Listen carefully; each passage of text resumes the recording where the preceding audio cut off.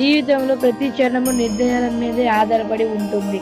ప్రతి ఒక్క అడుగులోనూ రెండవ అడుగు గురించి నిర్ణయం తీసుకోవాల్సి వస్తుంది. ఇక నిర్ణయం అంటారా? నిర్ణయం తన ప్రభావాన్ని వదిలి వెళుతుంది.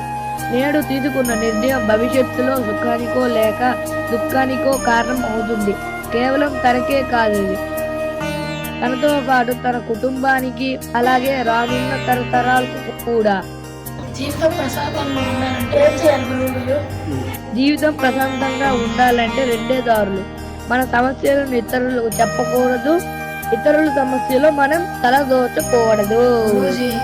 నేను పరీక్షకు చదవకపోయినా గానీ నేను దేవుడు పూజ చేస్తే విపరీతంగా నేను పరీక్షలలో విజయం సాధించగలనా? దేవుడు నా పూజని వింటాడా? అవును, దేవుడు వింటాడు నీ పూజకి.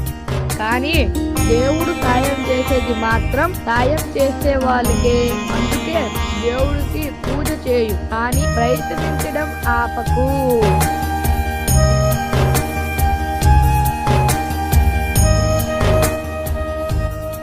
నాయనా, నేను పొలం వైపు వస్తాను. నాన్నమ్మకి అల్లరి పెట్టకండి, చక్కగా ఆడుకోండి.